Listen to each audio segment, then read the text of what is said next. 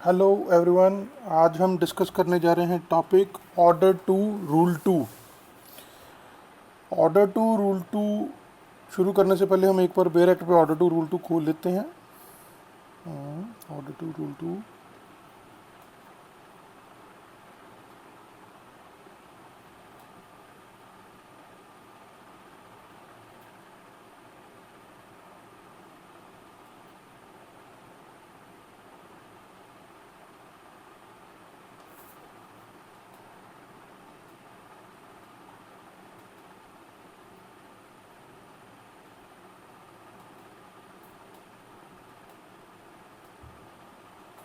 ये आ गया हमारा order to rule two suit to include the whole claim. सबसे पहले तो मैं आपको बताना चाहता हूँ कि मोस्टली जो एग्ज़ाम्स में बच्चों को डिफ़िकल्टी आती है वो इस चीज़ में आती है कि उनको जब प्रॉब्लमेटिक क्वेश्चन आता है तो उन्हें यह नहीं पता लगता कि ये क्वेश्चन रेस जुडिकेटा का है या ऑर्डर टू रूल टू का है। नॉर्मली हम लोग इसमें कंफ्यूज हो जाते हैं। आपको ब्रीफ में बता देता हूँ कि जो रेस जुडिकेटा है उसमें बेसिकली हम देखते हैं मैटरिंग इश्यूज़ की बात ज़्यादा होती है। उसमें हमने जैसे पहले डिस्कस किया है, वहाँ पे मैटरिंग इश्यूज़ होते हैं, वो कॉमन होते हैं प्रीवियस सूट में भी और सब्सिक्वेंट सूट में भी, apart from other conditions. But order to rule two में यहाँ पे हम एम्फेसाइज करेंगे कॉज ऑफ एक्शन के ऊपर और रिलीफ के ऊपर कि सूट में क्या रिलीफ मांगा गया है और क्या रिलीफ नहीं मांगा गया है और क्या मिल सकता था, इसके बारे में हम डिस्कस करेंगे। ऑर्डर टू रूल टू को सबसे पहले हम एक बार बेयर लैंग्वेज को रीड कर लेते हैं। Suit to include the whole claim, ये जो हेडिंग है ये इटसेल्फ थोड़ा सा आपको आइडिया दे रही होगी कि ऑर्डर टू रूल टू किस बारे में बात करता है। ऑर्डर टू रूल टू बात कर रहा है suit to include the whole claim, मतलब कि जो भी सूट फाइल हुआ है उसमें जो भी क्लेम बनता है वो सारा आना चाहिए, ये नहीं कि आप पार्ट्स में डिवाइड कर लेंगे। Suit to include the whole claim. अब बेयर लैंग्वेज रीड कर लेते हैं हम इसकी एक बार। Every suit shall include the whole of the claim which the plaintiff is entitled to make in respect of the cause of action, but a plaintiff may relinquish any portion of his claim in order to bring the suit within the jurisdiction of the court। यहाँ पे इन्होंने क्या क्या use किया है, every suit means हर suit का जो भी है, एवरी सूट शैल मैंडेटरी है, वर्ड शैल किया गया use, include the whole of the claim, include the whole of the claim. Plaintiff is entitled, यहाँ पे देखना पड़ेगा प्लेंटिफ इज एंटाइटल्ड, यहाँ पे वर्ड एंटाइटल्ड यूज़ किया गया इन्होंने। एंटाइटल्ड से हम क्या समझते हैं, एंटाइटल्ड का मतलब ये है कि whether the plaintiff is claiming the relief to which he is entitled, कि उसके पास एंटाइटलमेंट है वो रिलीफ लेने की। मेरे पास एक राइट है, उस राइट को किसी ने वॉयलेट कर दिया, उस वॉयलेशन के अगेंस्ट अगर मैं सूट फाइल करूँगा तो उसके जो जो रिलीफ्स मैं ले सकता हूँ उसके लिए मैं एंटाइटल्ड हो जाऊँगा। पहले हमें ये देखना पड़ेगा कि जिस रिलीफ की बात कर रहे हैं उसके लिए प्लेंटिफ एंटाइटल्ड होना चाहिए ऑर्डर टू रूल टू में। इन respect of the cause of action, मतलब कॉज ऑफ एक्शन, ये जो बातें कर रहे हैं ये इसमें भी दो सूट्स ही हैं ऑर्डर टू रूल टू में भी। एक प्रीवियसली इंस्टीट्यूटेड सूट है जिसमें प्लेंटिफ का कॉज ऑफ एक्शन है, उसने उसमें रिलीफ क्लेम किए हैं, और एक सब्सिक्वेंटली इंस्टीट्यूटेड सूट है उसमें भी कॉज ऑफ एक्शन है, उसमें भी रिलीफ क्लेम किए हैं। Every suit shall include the whole of the claim which plaintiff is entitled to make in respect of the cause of action, कि उस कॉज ऑफ एक्शन के रिगार्डिंग प्लेंटिफ एंटाइटल्ड होना चाहिए रिलीफ क्लेम करने के लिए। बट ए प्लेंटिफ में relinquish, plaintiff में रिलिंक्विश वो कर सकता है, रिलिंक्विश वो छोड़ सकता है, any portion of his claim in order to bring the suit within the jurisdiction of any court, कि अपना क्लेम अपना वो छोड़ सकता है इस कारण कि उसका जो सूट है एक कोर्ट की जुरिस्डिक्शन में आ जाए। सपोज करें कि सिविल जज को जुरिस्डिक्शन, पिक्यूनरी जुरिस्डिक्शन दी गई है 10 लाख की। वो 10 लाख की पिक्यूनरी जुरिस्डिक्शन के आगे वो सूट एंटरटेन नहीं कर सकता, ट्राई नहीं कर सकता। अगर 10 लाख से ज़्यादा है तो वो डिस्ट्रिक्ट कोर्ट में जाएगा। तो क्या हुआ, ए ने बी से 12 लाख रुपए लेने थे, तो अब 12 लाख के लिए उसको डिस्ट्रिक्ट कोर्ट में सूट फाइल करना पड़ना था। तो उसने सोचा कि मैं डिस्ट्रिक्ट कोर्ट में सूट नहीं फाइल करूंगा, मैं सिविल जज के पास फाइल करना चाहता हूं। तो इसमें वो क्या करेगा, वो अपना क्लेम जो 12 लाख का क्लेम है, कॉज ऑफ एक्शन क्या है, उसने सॉरी बी को पैसे दिए हैं 12 लाख रुपए, he has a right to recover. B ने वो पैसे देने से मना कर दिया, रिफ्यूज़ कर दिया, तो उसका कॉज ऑफ एक्शन बन गया राइट टू रिकवरी का। अब वो रिलीफ क्या मांग रहा है कि मेरे पैसे बी से वापस दिलाए जाएं। प्लेंटिफ एंटाइटल्ड है उस रिलीफ के लिए, रिकवरी के लिए, कॉज ऑफ एक्शन उसका बन गया। बट अब उसने सूट सिविल जज की जुरिस्डिक्शन में लेके आना है। वो चीज़ लेके आने के लिए वो क्या करेगा, 10 लाख तक का सूट फाइल कर सकते हैं, वो 2 लाख का रिलीफ अपना रिलिंक्विश कर देगा। ये देखो, ही प्लेंटिफ में रिलिंक्विश, वो 2 लाख का अपना रिलीफ रिलिंक्विश कर देगा, अपना जो उसका क्लेम है 2 लाख का छोड़ देगा, 10 लाख का सूट फाइल कर देगा, within jurisdiction of civil जज आ जाएगा, तो वो यहाँ पे फाइल कर सकता है। इसलिए इन्होंने बोला है every suit shall include the whole claim which plaintiff is entitled to make in respect of the cause of action.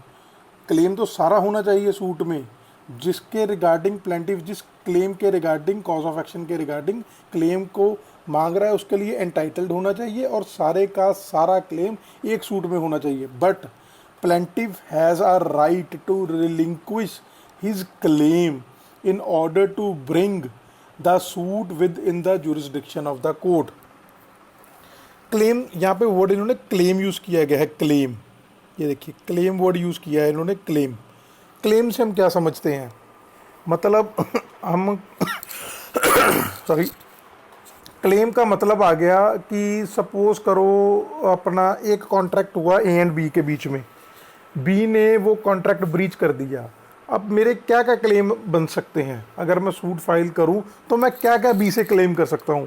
मैं उससे स्पेसिफिक परफॉर्मेंस मांग सकता हूं, अगर वो एंटिसिपेटरी ब्रीच का लग रहा है मेरे को तो मैं इंजंक्शन मांग सकता हूं, मैं उससे डैमेजेस मांग सकता हूं, तो ऐसी चीज़ें मैं उससे क्लेम कर सकता हूं। अब ये क्लेम मेरे राइट्स हैं, जो जो चीज़ें तो मैंने मांग ली वो तो मेरा रिलीफ बन जाएगा। क्लेम करने के लिए मैं इन चीज़ों, 3 चीज़ों के लिए एंटाइटल्ड हूँ। सपोज करो कि ये जो हम एग्जांपल बताई मैंने, इसमें मैं किस किस चीज़ के लिए एंटाइटल्ड हूँ, ब्रीच ऑफ कॉन्ट्रैक्ट है, इसमें मैं स्पेसिफिक परफॉर्मेंस मांग सकता हूँ, डैमेजेस मांग सकता हूँ, इंजंक्शन मांग सकता हूँ। ये तीनों मेरे क्लेम्स हैं। अगर मैं तीनों को प्लेंट में क्लेम्स को मांग लेता हूँ एज ए रिलीफ, तो तीनों मेरे रिलीफ बन जाएंगे। अगर इनमें से मैं एक को भी छोड़ता हूँ, मैं अपना क्लेम रिलिंक्विश कर देता हूँ। सपोज करो मैंने इंजंक्शन नहीं मांगा या डैमेजेस नहीं मांगा, तो मैंने अपना क्लेम रिलिंक्विश कर दिया। तो क्लॉज 1 यही बता रहा है। आगे करते हैं clause 2 read. Relinquishment of a part of claim where a plaintiff omits to sue in respect of or intentionally relinquish any portion of his claim, he shall not afterwards sue in respect of the portion so omitted or relinquished। यहाँ पे इन्होंने words 2 use किए हैं, omits and second इन्होंने use किया है word intentionally relinquishes। मतलब ये क्या कहना चाहता है कि एक तरह की ये बार है प्लेंटिफ के ऊपर कि यहाँ तो प्लेंटिफ ने ओमिट कर दिया, गलती से भूल गया, उसके पास 3 क्लेम के राइट थे, उसने 2 क्लेम्स मांगे, एक क्लेम वो गलती से भूल गया।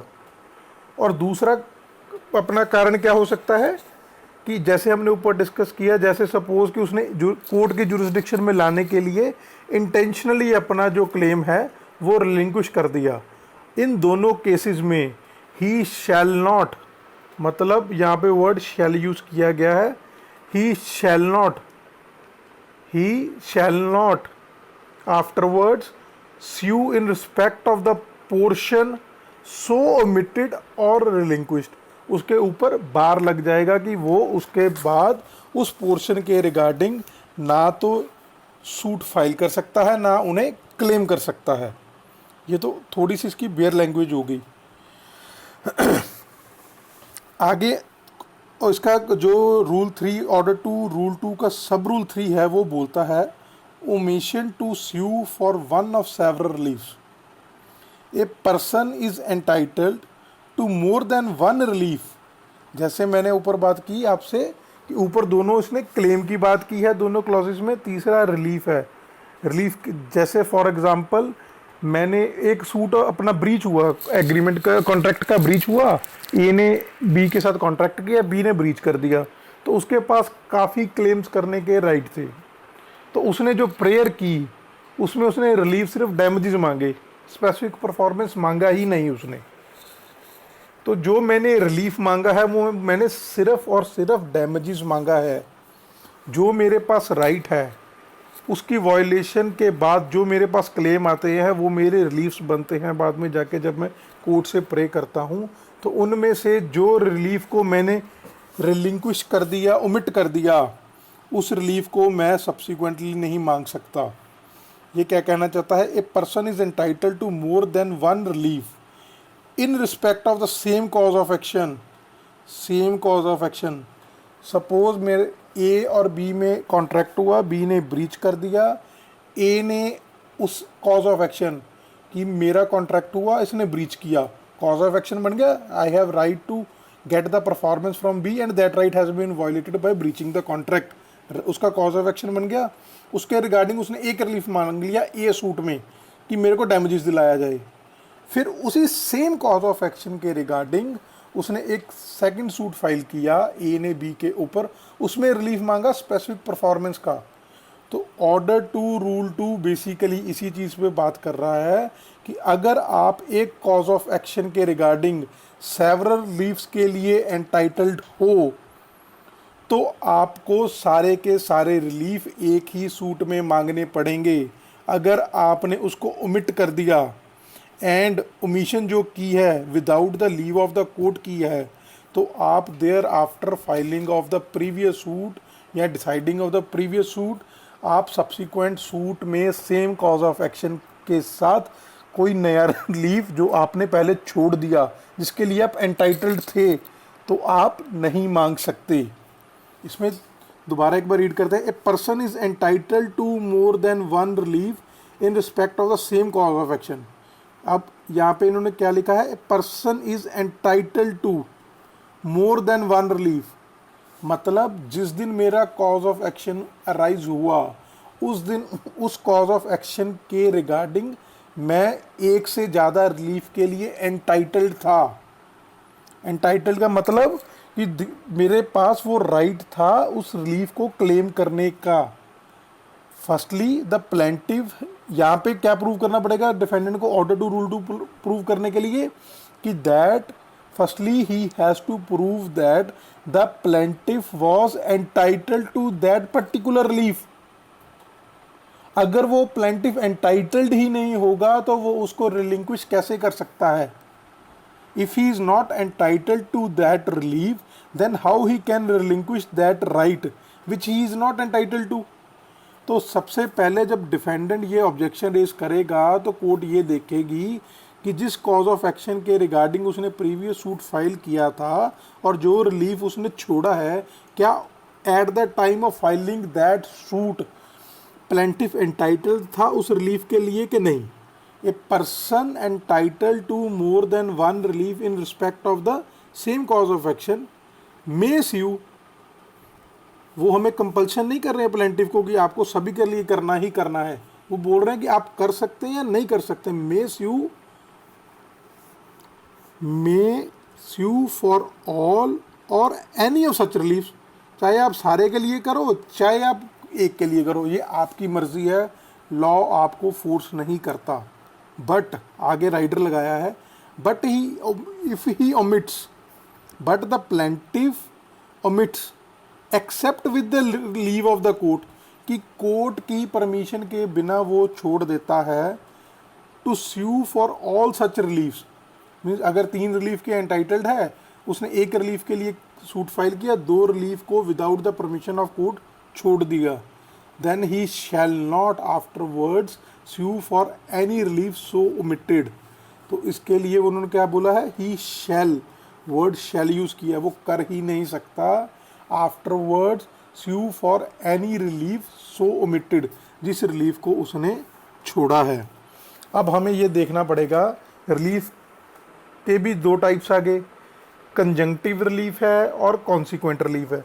कंजंक्टिव रिलीफ तो हो गया कि जो कॉज ऑफ एक्शन अराइज हुआ उसके पैरेलल ही आपके पास एक रिलीफ के लिए एंटाइटलमेंट है। Plaintiff directly entitled to get that relief, वो तो उसके साथ ही रिलीफ अराइज हो गया। कॉन्सिक्वेंशियल रिलीफ का मीन्स है, it means a party can get consequential relief only on the basis of the main relief. Party can not claim directly ये कॉन्सिक्वेंशियल रिलीफ। मतलब क्या हुआ कि जब मेरा कॉज ऑफ एक्शन राइज हुआ तो मेरे को एक कंजंक्टिव रिलीफ राइज साथ हुआ कि पैरेलल कि ये मेरा राइट है, राइट वायलेट हुआ, इसका ये रिलीफ है। बट एक कॉन्सिक्वेंशियल रिलीफ है कि अगर ये मेरे को ये रिलीफ मिल गया तो मेरे को एक कॉन्सिक्वेंशियल रिलीफ भी मिल सकता है कि उस रिलीफ के कारण पता लगेगा कोर्ट को कि हाँ जी इसका ये भी नुकसान हुआ है, अगर ये नुकसान हुआ है, ए नुकसान हुआ है, ए नुकसान की वजह से इसका बी नुकसान भी हुआ है, तो बी के लिए भी मैं एंटाइटल्ड हूँ। वो एंटाइटलमेंट मेरी ए रिलीफ मिलने के बाद हो रही है, तो जब सूट फाइल हुआ तो बी रिलीफ के लिए मैं एंटाइटल्ड नहीं था। सपोज करो कि एक सूट फाइल हुआ, ए और बी के बीच में कॉन्ट्रैक्ट हुआ, बी ने कॉन्ट्रैक्ट ब्रीच कर दिया, बी ने कॉन्ट्रैक्ट ब्रीच कर दिया तो उसके पास 3 रिलीफ आए कि डैमेजेस का, स्पेसिफिक परफॉर्मेंस का और इंजंक्शन का कुछ भी मांग लेता। तो ए ने अकेले डैमेजेस मांगे, वो दोनों रिलीफ छोड़ दिए, तो वो रिलिंक्विश कर दी उसने रिलीफ, तो वो बार हो जाएगा सब्सिक्वेंटली विदाउट परमिशन है। सपोज करें कि ए को बी ने प्रॉपर्टी से डिस्पोजेस कर दिया, तो ए पहले गया कोर्ट में, ये डेक्लारेटरी सूट फाइल किया उसने कि मेरे को डिक्लेयर किया जाए कि मैं प्रॉपर्टी का ऑनर हूं और एंटाइटलमेंट है मेरे पास पोजेशन की। तो कोर्ट ने वो डेक्लारेटरी डिक्री दे दी, उसको रिलीफ दे दिया। उसमें रिलीफ क्या था, एंटाइटलमेंट डिक्लेरेशन मांगी थी उसने सिर्फ रिलीफ की। जब उसकी वो डेक्लारेशन आ गई कि वो एंटाइटल्ड है उस पोजेशन के लिए एंड बी ने उसको डिस्पोजेस किया है, अब उसका एक कॉन्सिक्वेंशियल राइट अराइज हो गया कि मेरे को बी से डैमेजेस लेने हैं, जिसने मेरे को गलत तरीके से मेरे घर से डिस्पोजेस किया था, बाहर निकाला था। तो वो उसका कॉन्सिक्वेंशियल रिलीफ है। जितनी देर तक उसको डेक्लारेशन नहीं मिलेगी कि वो ऑनर है, उसका राइट टू पोजेस है और बी ने उसको डिस्पोजेस किया है, उसका डैमेजेस का राइट अराइज नहीं होगा। उसका डैमेजेस का राइट कब अराइज हुआ, रिलीफ का राइट, जब उसको वो डेक्लारेशन मिल गई। अगर डेक्लारेशन ना मिलती तो उसको डैमेजेस का राइट ही नहीं मिलना था। तो जो डैमेजेस है वो कॉन्सिक्वेंशियल रिलीफ है कि अगर मेन रिलीफ मिलेगा तो कॉन्सिक्वेंशियल रिलीफ मिलेगा। इसलिए अगर A subsequently same cause of action के रिगार्डिंग डैमेजेस के लिए सूट फाइल करेगा, in that suit order to rule 2 नहीं लगेगा, क्योंकि वो कॉन्सिक्वेंशियल रिलीफ है। जब उसने प्रीवियस सूट फाइल किया था उस टाइम वो डैमेजेस के लिए एंटाइटल्ड नहीं था। तो आपको रिलीफ में बड़ा इसको ध्यान से, जब भी कोई प्रॉब्लम आएगी उसमें देखना पड़ेगा कि जो कॉज ऑफ एक्शन है वो कॉज ऑफ एक्शन किस राइट के रिगार्डिंग है, क्योंकि हमने डिस्कस किया है कि जितने राइट्स हैं प्लेंटिफ के बाद उतने ही उसके कॉज ऑफ एक्शन अराइज हो सकते हैं, and for each cause of action he has a right to file a separate suit. Law आपको कभी भी फोर्स नहीं करता कि आप सारे कॉज ऑफ एक्शंस को इकट्ठा करके एक सूट फाइल करें। हर एक कॉज ऑफ एक्शन के लिए आप अलग सूट फाइल कर सकते हैं। आपको ऑर्डर टू रूल 2 में क्या देखना है कि दोनों सूट्स में कॉज ऑफ एक्शन सेम है, और जो प्रीवियस सूट है उसमें जो सब्सिक्वेंट सूट में रिलीफ मांगा गया है, प्लेंटिफ एंटाइटल्ड था प्रीवियस सूट में भी वो रिलीफ मांगने के लिए। ये चीज़ें आपको इसमें नोट करनी पड़ेंगी। दोनों सूट्स में आपको प्रूव करना पड़ेगा कि ये कॉज ऑफ एक्शन दोनों सूट्स का सेम है। फॉर एग्जांपल अगर ऑनरशिप राइट है, ऑनरशिप में आपका प्राइमरी राइट ऑनरशिप हो गया, उसके रिगार्डिंग आपके पास कई एंसिलरी राइट्स होंगे। For example right to receive rent, property को लाइसेंस पे देने का राइट, प्रॉपर्टी को प्रिवेंट करने का कि कोई इसको ट्रेसपास ना करे, कोई इसको डिस्ट्रॉय ना करे, कोई आपको डिस्पोजेस ना करे, आपका पोजेशन का राइट। अगर इन राइट्स में से आपके एक आदमी 2 राइट्स वायलेट कर देता है एक ही ट्रांजैक्शन में, तो आपके 2 अलग अलग कॉज ऑफ एक्शन राइज होंगे, तो आप दोनों के लिए अलग अलग सूट फाइल कर सकते हैं। आपको ऑर्डर टू रूल 2 में बाहर नहीं किया जा सकता। अगर आपको सपोज करो कि किसी बंदे ने डिस्पोजेस कर दिया, तो आपके पास राइट टू पोजेशन है। उस बंदे ने वो आपको रॉन्गफुली डिस्पोजेस करने के बाद प्रॉपर्टी को एंजॉय किया, तो आपके पास अगर प्रॉपर्टी होती तो आप उसको रेंट पे दे के उससे इनकम जनरेट कर सकते थे। तो उसने रॉन्गफुली आपको डिस्पोजेस किया, तो आप उससे मीन्स प्रॉफिट भी क्लेम कर सकते हो। तो वो आपका अलग राइट है, वो अलग कॉज ऑफ एक्शन राइज होगा। तो आपके यहाँ पे 2 कॉज ऑफ एक्शन राइज हो गए, that I have a right to possess and by dispossessing me that right has been violated. तो उसके रिगार्डिंग आपका रिलीफ हुआ पोजेशन का, आपने पोजेशन मांगा, मीन्स प्रॉफिट नहीं मांगने की ज़रूरत आपको उसमें। दूसरा राइट क्या है, I have a right to give my property on rent and to get income from the rent and by dispossessing me from my property that right has been violated. So आपके पास वहाँ पे relief आ जाएगा means profit का। तो ये 2 अलग अलग राइट्स हैं, दोनों अलग अलग कॉज ऑफ एक्शन राइज होंगे, दोनों के रिलीफ अलग अलग हैं। यहाँ पे ऑर्डर टू रूल 2 नहीं लगेगा। इसी वजह से मैंने आपको बोला कि सबसे पहले आपको क्या प्रूव करना अपना डिफेंडेंट को क्या प्रूव करना पड़ेगा ऑर्डर टू रूल 2 में, कि दोनों सूट्स में कॉज ऑफ एक्शन सेम है। एक एग्जांपल बता रहा हूँ, A was a owner of a house and B dispossesses him. B retains the property for 2 years. A filed a suit and claimed possession. Decree was given in favor of A. Then A again filed a suit against B for means profit. यहाँ पे both are consequential reliefs हैं।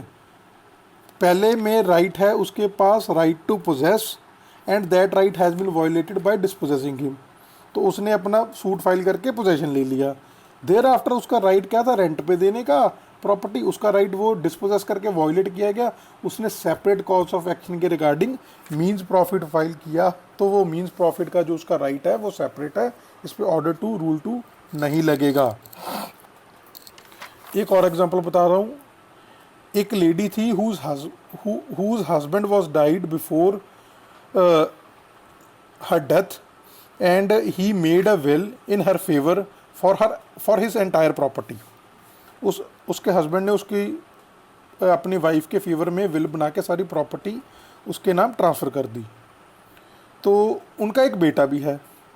दोनों जो है dwelling house जो घर है, एक घर ट्रांसफ़र हुआ।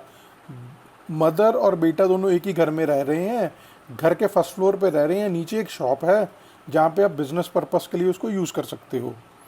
तो क्या हुआ, मदर ने सन को लाइसेंस दे दिया, अलाउ कर दिया कि बेटा तू यहाँ पे नीचे अपना बिज़नेस कर ले। तो कुछ देर बाद मदर को लगा कि जो बेटा है वो उसको डिस्पोजेस करना चाह रहा है सारी प्रॉपर्टी से, वो बिज़नेस वाली जगह से भी, शॉप से भी, ऊपर घर से भी। तो उसने मदर ने क्या किया जी, अपने बेटे के अगेंस्ट सूट फाइल किया कि मेरे को एक तो इंजंक्शन दी जाए, एक इसका लाइसेंस कैंसिल किया जाए, एक मेरे को राइट दिया जाए कि डिक्लेरेशन दी जाए कि मैं किसी और पर्सन को भी लाइसेंस पे ये प्रॉपर्टी दे सकती हूँ। तो डिक्री उसके फेवर में आ गई। After some time she died, but उसने मरने से पहले अपनी जो विल थी, एक विल बनाई और सारी प्रॉपर्टी अपने ब्रदर के नाम ट्रांसफ़र कर दी। देयर आफ्टर उसके ब्रदर ने एक सूट फाइल किया उस लेडी के बेटे के अगेंस्ट, अपने भांजे के against, for possession of that shop premises. Son ने क्या प्ली ली कि जो उसकी मदर थी, she was entitled for 2 rights, that is possession and injunction. उसने इंजंक्शन तो मांग ली बट पोजेशन का राइट उसने रिलिंक्विश कर दिया। तो हमें यहाँ पे देखना पड़ेगा कि क्या ऑर्डर टू रूल 2 लगेगा या नहीं लगेगा। यही ऐसे ही क्वेश्चन आते हैं पेपर में, और जो कन्फ्यूजन क्रिएट करते हैं कि एक कॉज ऑफ एक्शन ही था इसमें, तो उसने 2 राइट्स के लिए एंटाइटल्ड थी और एक राइट मांगा, एक तो उसने छोड़ ही दिया। यहाँ पे पहले हमें देखना पड़ेगा कि लेडी की ऑनरशिप थी, ऑनरशिप के साथ साथ उसके पास कई एंसिलरी राइट्स थे। एक तो था कि right to give the property on license and right to retain the possession या to get the possession of the property. तो जो उसका पोजेसरी राइट था और इंजंक्शन का, कैंसलेशन का, डिक्लेरेशन का राइट था, वो अलग अलग राइट्स थे उसके। उसने डिक्लेरेटरी सूट फाइल किया, इंजंक्शन का सूट फाइल किया। उसका राइट था कि उसकी प्रॉपर्टी उसको कोई डिस्पोजेस ना करे, तो उसने इंजंक्शन ली। डिक्लेरेशन री की जो लाइसेंस दिया है उसको कैंसिल किया जाए कि मैं किसी और को भी दे सकती हूँ, वो उसका एक लाइसेंस के रिगार्डिंग उसका राइट था, उसने रिलीफ क्लेम कर दिए। देयर आफ्टर जब वो डिक्लेरेशन मिल गई उसको, तो उसका जो सन के पास पोजेशन है वो इलीगल हो गया। उसका जब लाइसेंस ही कैंसिल हो गया, डिक्लेरेशन मिल गई लेडी को, तो उसका लाइसेंस इलीगल हो गया, उसके पास इलीगल पोजेशन हो गया। अब उसके पास, लेडी के पास राइट टू पोजेस भी है, तो वो प्रॉपर्टी पोजेशन में भी ले सकती है। पोजेसरी राइट उसका अलग राइट है, अगर वो कोई वायलेट करेगा तो उसके रिगार्डिंग उसका सेपरेट कॉज ऑफ एक्शन होगा। बट वो लेडी की डेथ होगी, बाय विल उसने अपने ब्रदर के नाम पे प्रॉपर्टी ट्रांसफ़र कर दी, that means her brother steps into the shoes of that lady. तो जो पोजेसरी राइट था, पोजेशन का राइट था, वो बिल्कुल अलग कॉज ऑफ एक्शन अराइज हुआ, उसके रिगार्डिंग पोजेशन का रिलीफ बना। तो यहाँ पे ऑर्डर टू रूल 2 नहीं लगेगा। ऑर्डर टू रूल 3 क्या बताता है कि पार्टी में join several cause of actions. Court हमें कभी भी, या लॉ हमें कभी भी फोर्स नहीं करता कि आप इनको सभी को इकट्ठा करें। आगे आता है जी, इन्होंने यूज़ किया है shall not afterwards sue for any relief so omitted. ये लिखा he shall not afterwards sue for any relief so omitted. ये बार है जो वो पार्टी के ऊपर है, that the party can not file a suit afterward means after relinquishing और after filing the earlier suit the party is not entitled to file the subsequent suit. इसमें क्या हुआ, दिस मीन्स द पर से the party is not entitled to file the subsequent suit. जैसे ही court को पता लगेगा, वो कोर्ट कॉग्निजेंस ही नहीं लेगी। एक तरह से कोर्ट के ऊपर भी बार आ गया ये कि कोर्ट कॉग्निजेंस ही नहीं लेगी जब उसको पता लगेगा कि पार्टी ने अपना रिलीफ ओमिट किया था इंटेंशनली, एंड या ओमिट किया intentionally and intentionally without the permission of the court. इसका नेट इफेक्ट ये आएगा कि court shall not take the cognizance on the subsequently instituted suit. एक चीज़ जिस चीज़ पे ऑर्डर टू रूल 2 साइलेंट है, वो है कि एक तो प्रीवियस सूट हो गया, एक सब्सिक्वेंट सूट हो गया। क्या प्रीवियस सूट डिसाइड हुआ होना चाहिए या पेंडिंग हो? तो अगर तो डिसाइड हुआ है, सब्सिक्वेंट सूट फाइल हुआ, इसके बारे में भी ऑर्डर टू रूल 2 साइलेंट है। या प्रीवियस सूट पेंडिंग है और सब्सिक्वेंट सूट फाइल हुआ, इसके रिगार्डिंग भी ऑर्डर टू रूल 2 पेंडिंग है, इसका अपना साइलेंट है। ऑर्डर टू रूल 2 इन बातों पे क्लियर नहीं है। दैट मीन्स अगर तो प्रीवियस सूट डिसाइड हो गया तब भी ऑर्डर टू रूल 2 लगेगा सब्सिक्वेंट सूट पे, अगर ऑर्डर टू रूल 2 की कंडीशंस फुलफिल हो रही हैं। अगर प्रीवियस सूट पेंडिंग है और सब्सिक्वेंट सूट फाइल हुआ, तब भी ऑर्डर टू रूल 2 लगेगा। आगे हम एक बार इसकी एक्सप्लेनेशन पढ़ते हैं। For the purpose of this rule an obligation and A collateral security for its performance and successive claim arising under the same obligation shall be deemed respectively to constitute but one cause of action। कहते हैं कि एक ही, जैसे suppose करो कि transaction में कई obligations arise हो रही हैं या कलेक्ट्रल सिक्योरिटी है, तो उनको हम एक ही कॉज ऑफ एक्शन अराइज मानेंगे। मैं एग्जांपल बताता हूँ। आर एक प्रॉपर्टी में टेनेंट है, वहाँ पे एक लैंडलॉर्ड है उसका। आर को क्या चाहिए कि वो हर मंथ रेंट पे करे, पर आर ने क्या किया जी कि 3 महीने का रेंट पे नहीं किया। तो एज पर एक्सप्लेनेशन, जब उसके सक्सेसिव क्लेम अराइज हुए under the same obligation, successive claims हुए उसके कि मेरे पास एंटाइटलमेंट है जी, क्लेम है कि मेरे को 3 महीने का रेंट लेना है सेम ऑब्लिगेशन के अंडर, उसको रेंट की ऑब्लिगेशन है, उसने पर मंथ पे करना है। Shall be deem to be है constitute but a one cause of action. तो वो वन कॉज ऑफ एक्शन बनेगा, उसने क्या किया, 3 महीने का रेंट पे नहीं किया, ये सिर्फ और सिर्फ एक कॉज ऑफ एक्शन बनेगा। जब वो लैंडलॉर्ड सूट फाइल करेगा तो उसको उस सूट में जितना बकाया डेट तक का रेंट है वो सारा क्लेम करना पड़ेगा, क्योंकि वो एक कॉज ऑफ एक्शन है और एक कॉज ऑफ एक्शन के रिगार्डिंग उसका रिलीफ रिकवरी का है, तो वो साथ की साथ ही रिकवर करेगा। अगर वो किसी मंथ का रेंट छोड़ देता है या कोई अमाउंट छोड़ देता है तो उस पर सब्सिक्वेंटली सूट बार्ड हो जाएगा ऑर्डर टू रूल 2 के अंडर।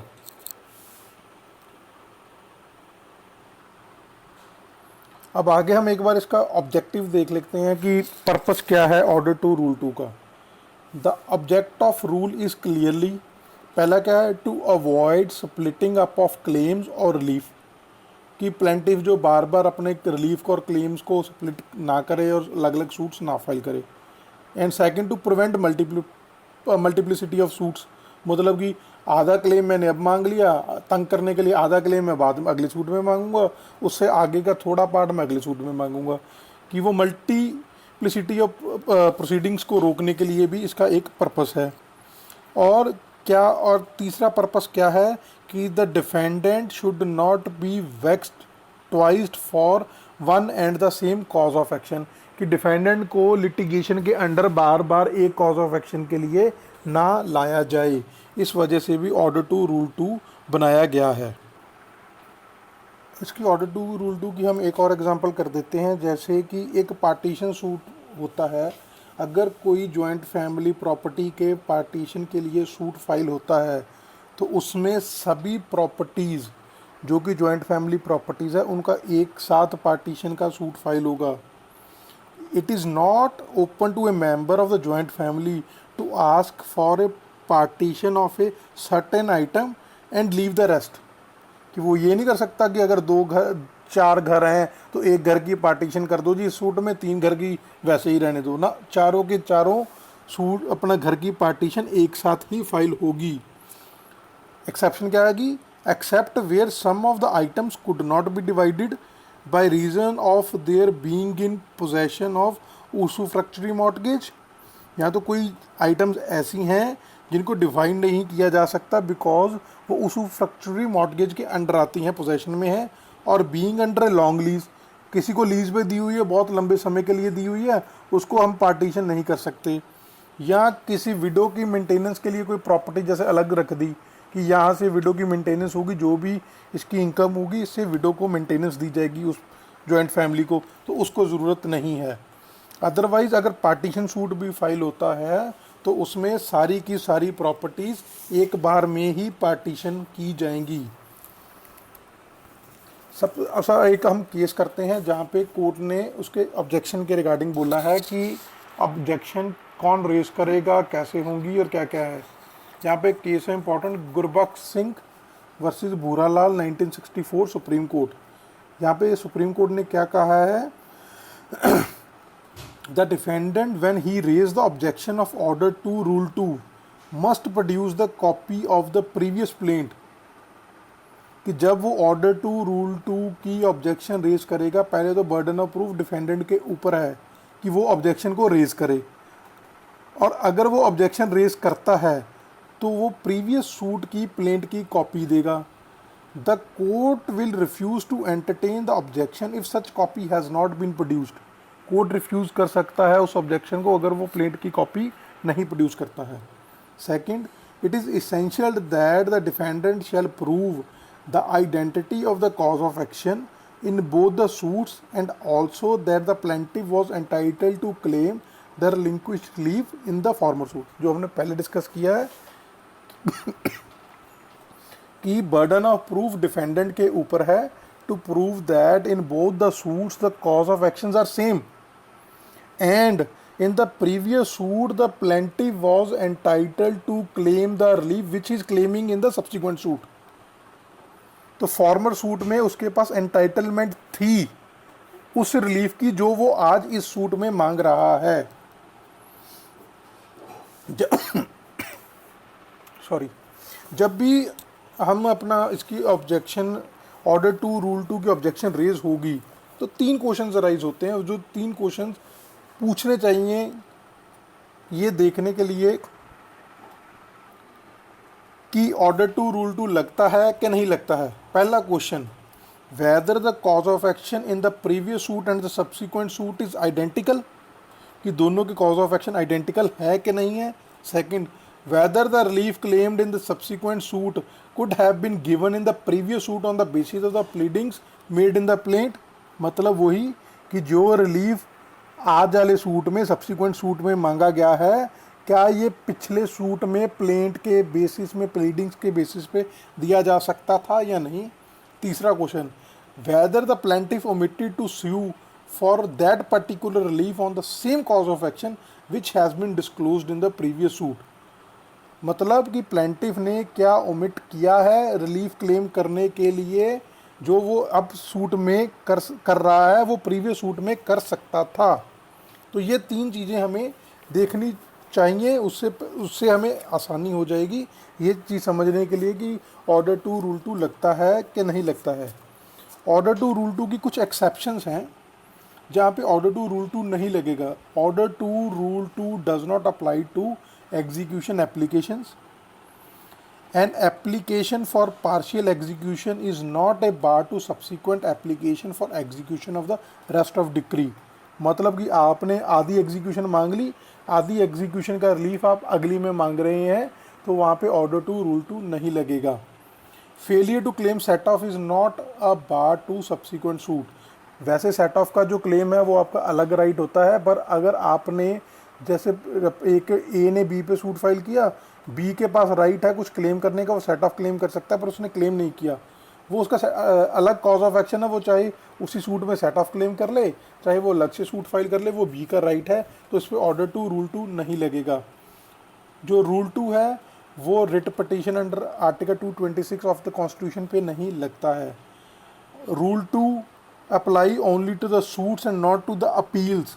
रेस जुडिकाटा अपील्स पे भी लगता था, और ये जो रूल टू है ऑर्डर टू रूल टू, ये अपील्स पे नहीं लगता है। Order to rule two does not apply to the arbitration proceedings, ये आर्बिट्रेशन प्रोसीडिंग्स पे भी नहीं लगता है। अब हम एंड में इसके एक बार जो एसेंशियल कंडीशंस हैं ऑर्डर टू रूल टू की, वो एक बार पढ़ लेते हैं, तो उससे हमें क्लियर हो जाएगा कि इन कंडीशंस के फुलफिल होने पर ही ऑर्डर टू रूल टू लगेगा। द सेकेंड सूट, जो सब्सिक्वेंट सूट है, must be in respect of the same cause of action as that on which the previous suit was based, कि cause of action subsequent suit का और previous suit का same होना चाहिए। Second point, in respect of that cause of action the plaintiff was entitled to more than one relief, कि जो cause of action है previous suit की filing के time plaintiff was entitled to more than one relief. तीसरा point, being thus entitled to more than one relief, the plaintiff without leave of the court omitted to sue for the relief for which the second suit has been filed, कि जिस relief के लिए उसने second suit subsequent suit file किया है उसके लिए वो पहले ही एंटाइटल्ड था, उस रिलीफ के लिए उसने उस रिलीफ को ओमिट किया, और उस रिलीफ के लिए वो सेम कॉज ऑफ एक्शन के लिए वो दोबारा सूट फाइल कर रहा है। अगर ये कंडीशंस फुलफिल होती हैं तो उससे ऑर्डर टू रूल टू में सब्सिक्वेंट सूट बार हो जाएगा। इसके साथ ही हमारा ऑर्डर टू रूल टू ख़त्म होता है। आप इसके रिगार्डिंग कुछ एक बुक भी रेफ़र कर सकते हैं for getting more examples to understand order to rule to more clearly. Thank you so much.